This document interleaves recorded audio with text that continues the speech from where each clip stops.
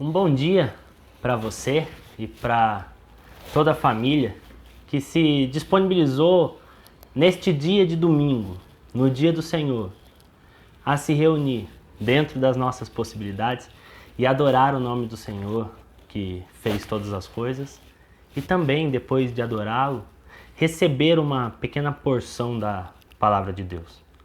Eu quero desejar que esse momento seja para todos vocês uma bênção como tem sido para mim e para minha família. E quero desejar que o Senhor fale conosco nesta manhã, certo? Para que nós possamos meditar na palavra do Senhor em todos os domingos. Pelos últimos meses, nós temos olhado com atenção para o nosso cancioneiro. Nós temos olhado com um carinho especial para o inário da nossa Bíblia, para o livro dos Salmos, vendo o que ele traz de ensinamentos e ocasiões para adoração do nosso Deus na vida de tantos homens, tantas mulheres e principalmente como aplicar isso à nossa vida hoje. Nós temos feito isso através dos últimos meses e principalmente nos primeiros salmos nós temos visto como o cancioneiro mor, como Davi resistiu a todas as perseguições, a todas as provações e a todas as tentações de sua vida, adorando a Deus. Esses primeiros salmos, com exceção do Salmo número 1 e o Salmo número 2, que funcionam como uma introdução de todo o livro, desde o Salmo 3 nós temos as canções de Davi. E nessas canções nós temos percebido alguns temas em comum. Pedidos de misericórdia, pedidos de socorro contra os inimigos, pedidos imprecatórios, pedidos que o Senhor julgue e condene os ímpios e aqueles que o perseguem. No salmo que nós vamos analisar hoje pela manhã, não é diferente. O salmo número 12, ele também trata desta temática. Então eu queria convidar você para fazer uma leitura atenta, calma, detalhada desse salmo e depois nós vamos procurar organizar todas essas informações na nossa cabeça de modo que fique bem claro o que o salmista tentou nos dizer através deste salmo. Vamos lá? Salmo número 12. Eu vou dar um tempinho para você correr aí na sua casa, pegar a Bíblia, talvez se a Bíblia já está aí perto, que você possa abri-la e acompanhá-la comigo, seja qual for a sua versão. Eu vou ler na Nova Versão Internacional, você pode acompanhar aí na sua casa com a sua Bíblia ou através da projeção também na NVI. Diz assim o Salmo: Salva-nos, Senhor, já não há quem seja fiel, já não se confia em ninguém entre os homens. Cada um mente ao seu próximo, seus lábios bajuladores falam com segundas intenções. Que o Senhor corte todos os lábios bajuladores e a língua arrogante dos que dizem: venceremos graças à nossa língua. Somos donos dos nossos lábios. Quem é Senhor sobre nós? Por causa da opressão do necessitado e do gemido do pobre, agora me levantarei, diz o Senhor. Eu lhes darei a segurança que tanto anseiam. As palavras do Senhor são puras. São como prata purificada num forno 7 vezes refinada. Senhor, tu nos guardarás seguros e dessa gente nos protegerás para sempre. Os ímpios andam altivos por toda parte, quando a corrupção é exaltada entre os homens. Abaixe sua cabeça e feche seus olhos para que nós possamos orar pedindo que Deus nos abençoe nesse momento. Pai querido, a tua palavra foi lida. As tuas escrituras foram abertas e nós pedimos agora a inspiração do teu Espírito Santo. Não só sobre mim, que estarei entregando a mensagem que o Senhor já falou inicialmente comigo, mas peço também a inspiração do teu Espírito Santo sobre os ouvidos e os olhos de todos os que estão vendo neste momento, todos os que estão ouvindo nesse momento. Senhor, prepare o coração como um lavrador prepara uma boa terra para receber a semente da tua palavra, Senhor. Que não seja eu o foco, que não seja nada do que está acontecendo, mas somente a tua palavra, somente o teu poder, somente o teu amor, que enche os nossos corações e nos possibilita fazermos todas essas coisas para a tua glória. É por isso que nós te louvamos, nós te agradecemos em nome de Jesus. Amém. Meus queridos, quando nós encontramos esse salmo, para mim ele tem uma das características que mais me chamam a atenção. Eu, como um bom ocidental do século 21, ele tem uma característica que já me deixa um pouco espantado. Ele já me deixa um pouco inquieto, porque não é do nosso costume. O que acontece? Conforme nós formos lendo, nós percebemos que existe uma crescente nesse salmo. Porém, no final, ele acaba de uma forma inesperada. O salmo acaba novamente revelando como os ímpios vivem. Isso não é muito da nossa cultura. Nós estamos acostumados com narrativas lineares, crescentes e progressivas. Nós fomos ensinados assim através dos filmes. O ápice do filme é o final. Mas para o povo hebreu, e principalmente demonstrado nesse salmo, a poesia tem uma forma diferente de se expressar. Nós percebemos que o salmo termina da mesma forma com que começa. O salmo, o primeiro e o segundo versículo, junto com o último verso dessa poesia, eles nos falam da mesma situação. Como se funcionasse uma moldura.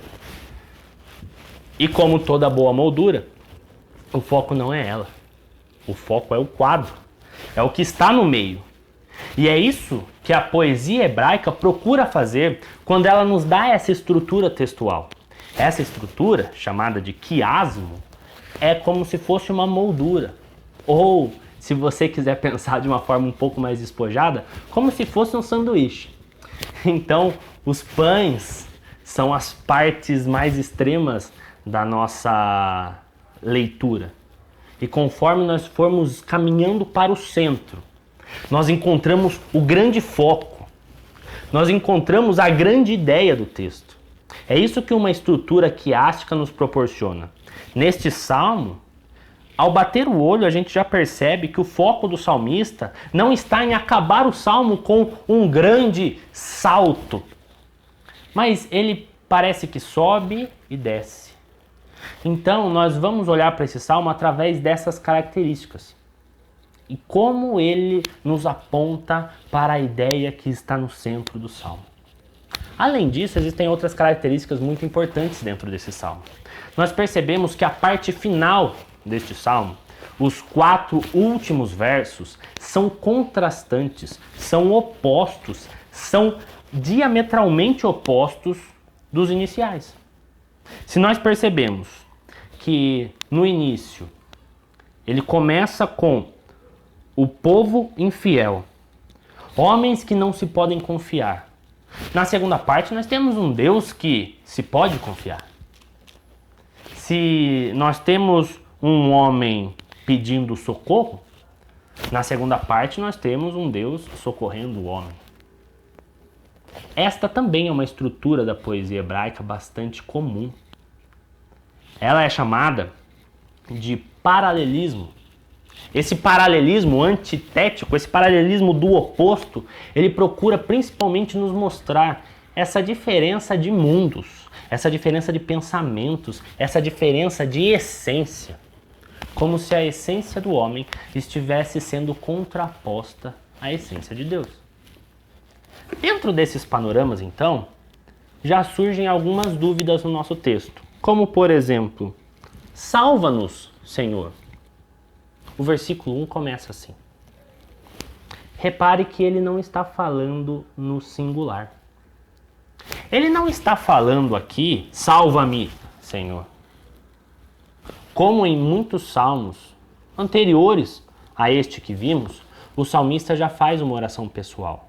Se não me engano, no Salmo 7, Salmo 8, Salmo 9. em todos existem aquela oração pessoal, salva-me, Senhor, como se ele estivesse sozinho. Aqui parece uma oração comunitária. Aqui nós podemos perceber que parece que Davi não está sozinho ou não está orando apenas por ele. Mas ao mesmo tempo que ele pede salva-me, ele demonstra aqui que ele corre perigo. Ele ou eles correm perigo. E aí existem algumas opções ou algumas proposições, algumas ideias, propostas de momentos da vida de Davi, onde esse salmo poderia ter sido escrito. Esse salmo poderia ter sido escrito em várias das fugas e perseguições que Davi teve. É difícil nós olharmos para a Bíblia e vermos alguém mais perseguido que Davi. Davi, neste salmo, ele poderia estar sendo perseguido por Saul. Davi, ele poderia estar sendo perseguido pelo rei de Gate, Aquis. Ele poderia estar perseguido pelo seu próprio filho, Absalão. Oportunidades para este salmo não faltavam na vida do nosso salmista. Nós não sabemos ao certo, mas nós sabemos que ele estava sendo perseguido. Mas aqui, principalmente também, nós temos outras figuras. Deus não responde somente a Davi.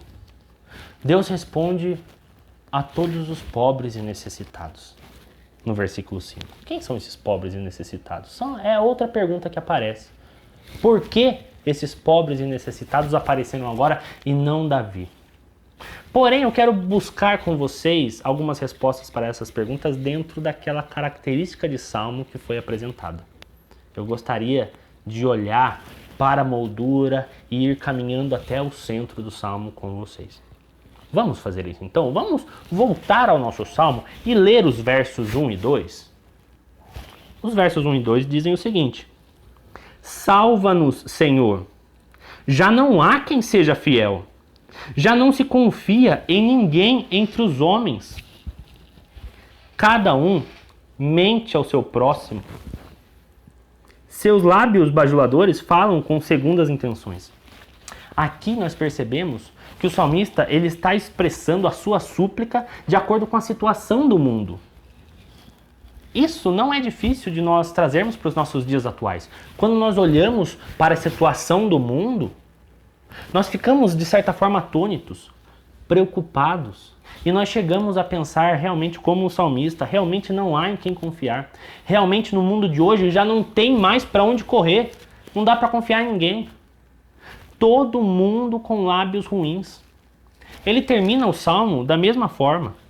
Ele diz o seguinte: tu, Senhor, nos guardarás seguros. Dessa gente, tu nos protegerás. Os ímpios andam altivos por toda parte, quando a corrupção é exaltada entre os homens. Perceba que o salmo se desenha numa situação onde não se pode confiar em homens. E eu, tendo em vista isso, eu devolvo a pergunta para cada um de nós. Quando foi possível? Quando é que foi possível confiar no coração enganoso do homem? Quando é que foi possível a nós confiarmos cegamente a nossa salvação e o nosso socorro a homens? Nunca foi possível.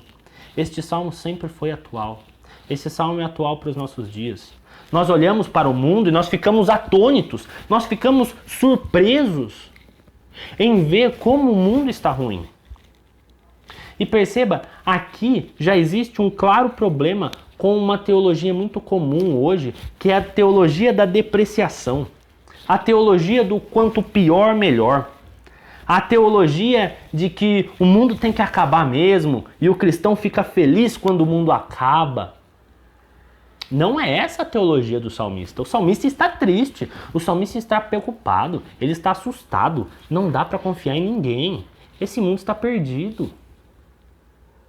E nós, como sal da terra, nós não podemos nos conformar com a situação do mundo ou sequer nos alegrarmos, pularmos de alegria porque o mundo está se depreciando. Não é nosso papel. Não é nosso papel torcer para que o mundo acabe. Torcer e agir para que tudo vá de mal a pior, porque o nosso reino não é deste mundo. Deus nos colocou nesse mundo para nós sermos sal. E o papel principal do sal em uma carne era atrasar ao máximo a decomposição daquela carne. É papel do cristão atrasar ao máximo a decomposição do mundo. Se o sal não salgar, ele não serve para nada. O salmista aqui, ele está atônito, ele está querendo salgar esse mundo. Ele está surpreso porque não tem mais o que fazer. E perceba, não é impossível para um cristão ficar atônito. Não é impossível para um cristão ficar assombrado. Não é impossível para um cristão ficar triste com a situação no mundo. Mas existe um problema. Existe uma diferença entre a nossa visão e a visão do mundo. O salmista diz que não se confia em ninguém entre os homens. A nossa diferença para com o mundo não é como nós sentimos o peso da degradação do mundo, mas sim em quem nós confiamos. Enquanto os homens se assustam porque não tem mais em quem confiar, os cristãos olham para cima, porque eles sabem em quem eles têm crido. Eles sabem, principalmente, que Deus há de restaurar todas as coisas. Eles sabem que Deus é fiel, que Deus não muda. É por isso que a nossa esperança não pode, como cristãos, estar depositada em um mundo onde já não há em quem confiar. Você estará em maus lençóis se você depositar a sua confiança na sua conta bancária. Se você depositar a sua confiança no governo A, no governo B ou na política pública C, nós só podemos confiar em Deus. Mas não é isso que o salmista diz aqui. Não era essa a situação. Vamos continuar indo ao centro do salmo comigo? Nós vamos ler agora os versículos 3 e 4. Que o Senhor corte todos os lábios bajuladores e a língua arrogante dos que dizem: venceremos graças à nossa língua. Somos donos dos nossos lábios. Quem é Senhor sobre nós? Percebe-se por que não é possível confiar em homens? Por que que o salmista estava tão preocupado? Porque o coração do homem, como nós já estamos talvez cansados de falar e ouvir, ele é desesperadamente corrupto. Ele é enganoso ao extremo. O coração do homem e, consequentemente, a sua língua não são de confiança. Perceba que aqui existe um paralelo muito interessante com o salmo anterior que nós estudamos na semana passada com o reverendo Rodrigo. No salmo anterior, ele também recebeu um conselho. No salmo anterior, ele também recebeu uma palavra que também não era confiável. Você se lembra que falava em Salmos, no Salmo 11, no primeiro versículo? No Senhor me refugio. Como então vocês podem dizer-me: fuja como um pássaro para os montes? Percebe-se como não é possível confiar na palavra do homem? O salmista ele já tinha recebido 2 conselhos totalmente distintos. O primeiro: fuja para os montes. Não tem ninguém que possa te salvar aqui. Você não tem salvação, fuja como um pássaro. No Salmo 12, o conselho parece totalmente diferente. Lábios bajuladores, lábios que elogiam. O que esses lábios dizem? Nós venceremos com a nossa própria força. Nós somos senhores dos nossos lábios e dos nossos destinos. Quem é Senhor sobre nós? 2 visões opostas e igualmente erradas. Porque a palavra do homem não é confiável. Seja pendendo para a direita, pendendo para a esquerda. As palavras dos homens não são confiáveis e o salmista sabe disso. É por isso que ele pede que Deus corte a língua desses homens, impeça-os de falar, elimine-os completamente de sua vida, porque são tropeços. Eles trazem palavras que não são do Senhor. Em contraponto, vamos olhar para a parte final do nosso salmo, e ver o que o salmista fala em contraponto às palavras dos homens. Veja o versículo 6. As palavras do Senhor são puras, são como prata purificada num forno, 7 vezes refinada. Senhor, no versículo 7, tu nos guardarás seguros e dessa gente nos protegerá para sempre. Os homens dizem, quem é Senhor sobre nós? O salmista diz, Senhor, tu nos guardarás. Os homens dizem, venceremos pela nossa própria força. O salmista diz, não, o Senhor nos guardará.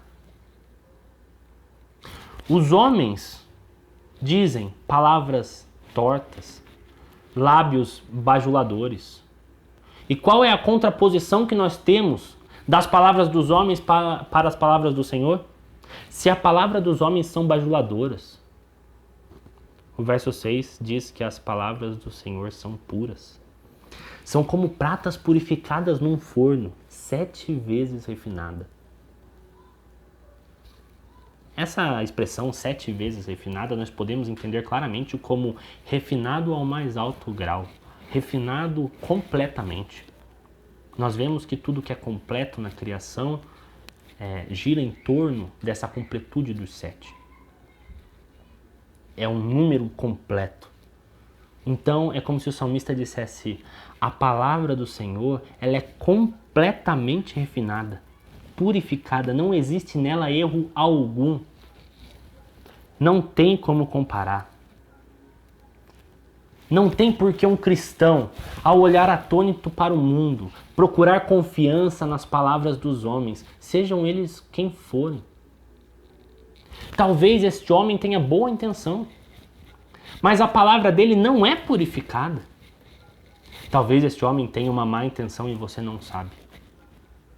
Os homens não são de confiança. As palavras dos homens não são palavras purificadas. As palavras de Deus são puras. As palavras do Senhor são prata purificada num forno. Você pode confiar nas palavras do Senhor. Você pode confiar sem problemas, sem perigo, sem dúvidas, no que o Senhor diz a você. Em todas as promessas que o Senhor entregou ao seu povo, todas elas são dignas de igual confiança. Principalmente as palavras desse momento. Eu quero te relembrar porque nós estamos chegando ao meio, ao recheio do nosso sanduíche. Repare, a situação dos homens está terrível no versículo 1 e 2. Não há em quem confiar. E isso se completa com a moldura do versículo 8, onde os homens andam altivos por toda parte. Nos versículos 3 e 4, as palavras dos homens são terríveis. Porém, nos versos 6 e 7, as palavras do Senhor são puras e dignas de toda confiança. Nos restou, então, o verso de número 5. O centro deste salmo, o centro deste louvor. Se ele estava desenhando uma moldura, era isso que ele queria dizer. Se o verso 6 e 7 nos diz que as palavras do Senhor são puras e de confiança, pode te surgir uma pergunta na cabeça, assim como poderia surgir a pergunta na cabeça de qualquer hebreu que estivesse lendo esta poesia. E quais são as palavras do Senhor? O que o Senhor tem dito para o seu povo, no meio de tanta aflição, no meio de tanta angústia? Enquanto não se pode confiar em ninguém, o que o Senhor tem dito ao seu povo? No que eu preciso confiar? Aonde eu devo colocar a minha confiança? Qual é a promessa do Senhor? É por isso que o versículo 5 está no centro deste louvor. Acompanhe comigo a leitura. Por causa da opressão do necessitado e do gemido do pobre, agora me levantarei, diz o Senhor. Eu peço sua licença para ler novamente este verso. E eu peço que você leia com ainda mais atenção. Por causa da opressão do necessitado e do gemido do pobre. Agora eu me levantarei, diz o Senhor. Que palavra maravilhosa! Que palavra de encorajamento, que palavra digna de confiança. Que consolo maravilhoso essa palavra nos dá. No meio de tanta injustiça, no meio de tanta desigualdade, as palavras do Senhor ressoam pelo universo. Eu me levantarei para julgar a causa do pobre e do necessitado. Essa resposta do Senhor nos traz alguma luz sobre uma das primeiras perguntas que eu fiz a todos nós quando nós lemos esse texto pela primeira vez. Quando o salmista fala salva-nos, no plural, com quem ele estava falando? Davi estava falando só dele? Ou de todos os pobres e necessitados que estavam com ele? Eu convido você a analisar quem estava com Davi em grande parte da perseguição que ele sofreu. Essa descrição está no livro de 1 Samuel, capítulo 22. Nós vamos ler os versículos 2. Talvez só o versículo 2 já nos ajude a ilustrar muito bem o que foi dito. 1 Samuel. Também juntaram-se a ele todos os que estavam em dificuldades, os endividados e os descontentes, e ele se tornou o líder deles. Havia cerca de 400 homens com ele. Davi, durante as suas perseguições, se tornou o líder dos pobres, o líder dos endividados, o líder dos descontentes, dos amargurados de espírito, em outras versões da Bíblia. Dá para entender agora por que Davi ora no plural? Salva-nos. Salve a mim e salve a todos esses pobres e endividados que estão comigo. E por que o Senhor responde? Por causa da opressão do pobre.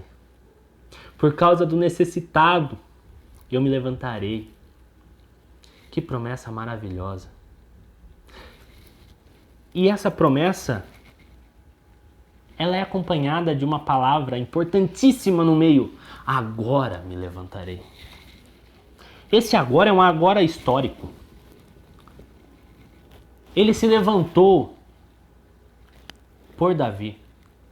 Davi e esses pobres e necessitados não morreram sem ver Deus se levantando e agindo. Nós vemos que Davi foi exaltado ao posto e todos aqueles que o acompanhavam não foram deixados para trás. Davi se tornou rei, um rei segundo o coração de Deus, que praticava justiça com o pobre e com o necessitado. Ele seguia a lei de Deus e a lei de Deus nos ensina a cuidar do pobre, do necessitado, do estrangeiro, da viúva. Agora, não foi apenas um agora histórico para Davi. Como esse agora nos alcança? É possível, eu pergunto, nós pegarmos estas palavras de Jesus e aplicarmos aos nossos dias atuais? Deus continua se levantando em favor do pobre? Deus continua se levantando em favor do necessitado?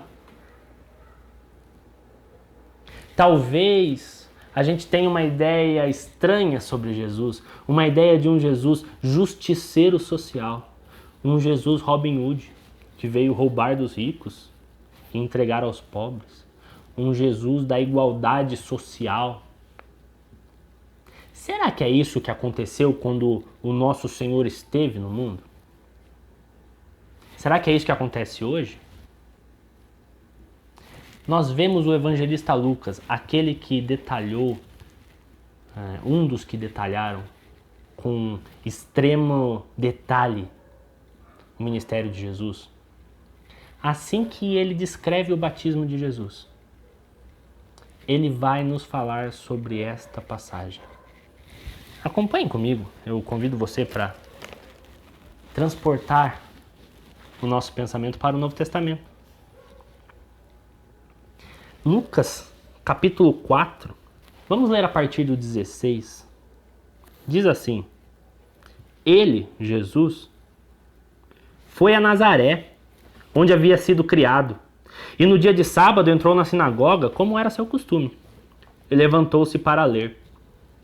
Foi-lhe entregue o livro do profeta Isaías.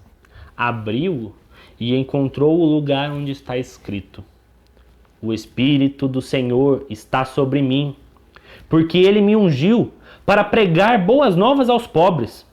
Ele me enviou para proclamar liberdade aos presos e recuperar a vista aos cegos, para libertar os oprimidos e proclamar o ano da graça do Senhor.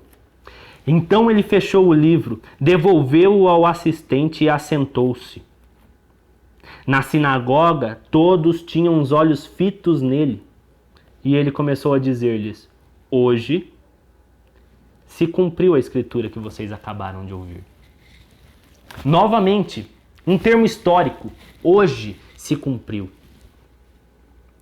Jesus estava proclamando liberdade aos cativos, dando boas notícias para os pobres, libertando os oprimidos, mas não da forma como os homens esperavam que Jesus fizesse. A boa nova de Jesus não era que a desigualdade ia acabar. Não é que os ricos iriam perder tudo que têm e agora os pobres seriam os ricos. Não dessa forma, não da forma material. Mas a boa nova era o que ele diz em Mateus capítulo 11, versículo 28 a 30. A boa notícia para todos esses cansados. A boa notícia para todos esses necessitados, pobres, oprimidos é essa: vinde a mim, todos vocês que estão cansados e oprimidos, e eu vos aliviarei. É essa a promessa. É isso que Jesus diz pela boca do salmista. No Salmo capítulo 12, na essência do Salmo 12, eu me levantarei em favor do pobre, eu me levantarei em favor do oprimido. E quando Jesus caminha por essa terra, ele fala: vinde a mim todos vocês que estão cansados, sobrecarregados, oprimidos, e eu vos aliviarei. Tomai sobre vós o meu jugo e aprendei de mim, que sou manso e humilde de coração, e encontrareis descanso para as vossas almas. Porque o meu fardo é suave, o meu jugo é suave e o meu fardo é leve. É essa a boa notícia do Evangelho. Podemos dizer que Jesus cumpriu essa profecia na história, quando esteve entre nós. E podemos dizer que Jesus continua se levantando em favor dos pobres. Jesus continua se levantando em favor dos oprimidos. Jesus continua se levantando em favor dos cansados. Como isso, David? Como que nós podemos trazer essa palavra para as nossas vidas hoje? Não precisamos. Jesus já o fez. Perceba comigo. No Salmo capítulo 12, nós temos o salmista clamando por aqueles pobres e oprimidos que estavam com ele, pedindo a Deus que os protegesse, pedindo a Deus que os livrasse do mal, pedindo a Deus que agisse em favor da causa deles. E em João capítulo 17, na oração de Jesus, nós temos Jesus fazendo a mesma coisa, por mim e por você. Vamos ver esse texto? João, capítulo 17, o versículo 20 diz o seguinte: minha oração não é apenas por eles, os discípulos. Rogo também por aqueles que creram em mim, por meio da mensagem deles, para que todos sejam um. Essa foi a oração de Jesus. Jesus orou não apenas pelos discípulos, Jesus orou por mim e por você. E o que ele pediu pelos discípulos? em alguns versículos anteriores, nós temos a petição de Jesus. Versículo 15 diz: não rogo que os tires do mundo, mas que os proteja do mal. O salmista, fazendo essa oração por ele e por todos os pobres e necessitados que estavam com ele, prefigurava o Cristo que viria, que chamaria para si os pobres, os necessitados. Assim como Davi, esse Jesus se tornaria o líder dos pobres e dos necessitados, dos oprimidos pelo pecado. E esse Jesus agora roga: não peço que os tire do mundo, mas livra-os do mal. Mas não apenas estes que estão comigo, mas todos os que crerão em mim. E isso atinge a mim, isso atinge a você, e isso atinge a todo cristão que olha para o mundo hoje e diz: realmente não existe em quem se possa confiar. Entra governo, sai governo e as coisas não mudam. No meu trabalho, mudam-se as estações e as injustiças continuam. Nos lugares que eu convivo, com as pessoas que eu convivo, a impiedade continua reinando. Senhor, levanta-te. Todo cristão hoje pode orar assim, com a certeza de que Jesus rogou por nós e continua rogando através do Espírito Santo, pedindo que Deus nos livre do mal, pedindo que Deus novamente se levante, pedindo que Deus nos proteja para sempre. É isso que a essência do Salmo 12 nos dá. Um Deus que se levanta para proteger aqueles que não têm proteção. E essa é a essência da palavra de Deus na oração para os discípulos. É Deus dizendo e orando pelos seus discípulos, por mim, por você, pela sua família: Senhor, livra-nos do mal. Até que um dia Ele possa novamente se levantar, vir à terra e esclarecer, encerrar e concretizar tudo que começou. Essa é a nossa esperança. Essa era a esperança de Davi. Essa é a esperança de todo cristão. Eu peço que você abaixe sua cabeça em sua casa. Pai querido, obrigado, Senhor. Obrigado por tão grande salvação que temos em Cristo Jesus. Obrigado porque o Senhor se levantou do seu trono. Obrigado porque Jesus veio em carne, padeceu pelos nossos pecados, tirou o jugo que estava sobre as nossas costas, tirou, Senhor, da opressão que vivíamos e foi oprimido em nosso lugar. Obrigado por essa salvação, Pai. Obrigado porque em troca o Senhor não nos oprimiu novamente, mas nos deu um fardo suave e leve para carregar. Obrigado, Senhor, porque nós temos agora plena confiança de que nós não estamos sozinhos. Obrigado porque agora, mesmo que no mundo não tenhamos em quem confiar, mesmo que o mundo permaneça nessa depreciação, nesse estado triste, obrigado, Senhor, porque nós confiamos nas Tuas palavras. As Tuas palavras não passam, Pai. As Tuas palavras são purificadas. E obrigado, Senhor, porque as Tuas palavras para as nossas vidas são palavras de paz.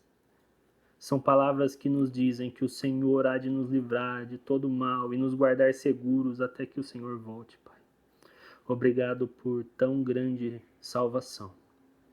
Obrigado por Jesus e pelo Espírito Santo que habita em cada um de nós. Em nome de Jesus. Amém.